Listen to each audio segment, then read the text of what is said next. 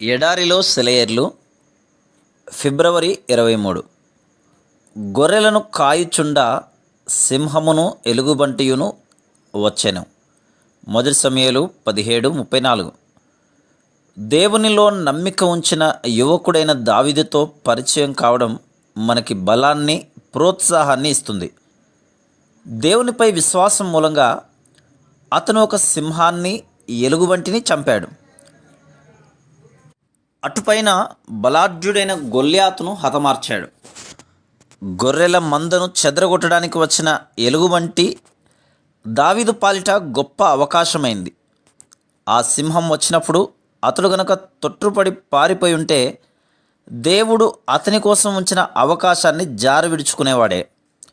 ఇశ్రాయేలీయులకి దేవుడు ఏర్పరిచిన రాజుగా ఎన్నటికీ పట్టాభిషేకం పొందేవాడు కాడు.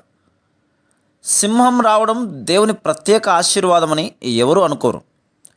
ఇది హడలగొట్టే సంఘటనే, కానీ సింహం మారువేషంలో ఉన్న దేవుని అవకాశం.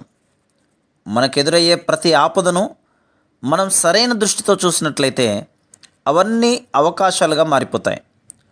వచ్చే ప్రతి శోధన మన పెరుగుదలకి ఒక మెట్టు. సింహం వచ్చినప్పుడు దాని ఆకారం ఎంత భయానకంగా ఉన్నప్పటికీ దాన్ని దేవుడు ఇచ్చిన అవకాశంగా గ్రహించండి. దేవుని సన్నిధి గుడారాన్ని మేక వెంట్రుకలతో అలంకరించారు. దాంట్లో ఏ విధమైన మహిమైన ఉంటుందని చూసిన వాళ్ళు ఎవరనుకోగలరు?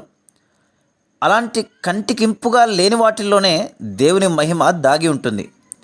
శోధనల్లో, శ్రమల్లో, ఆపదల్లో, దారిద్ర్యంలో మనం దేవుణ్ణి చూడగలిగేలా ఆయన మన కనులు తెరుస్తాడుగాక. Praise the lord.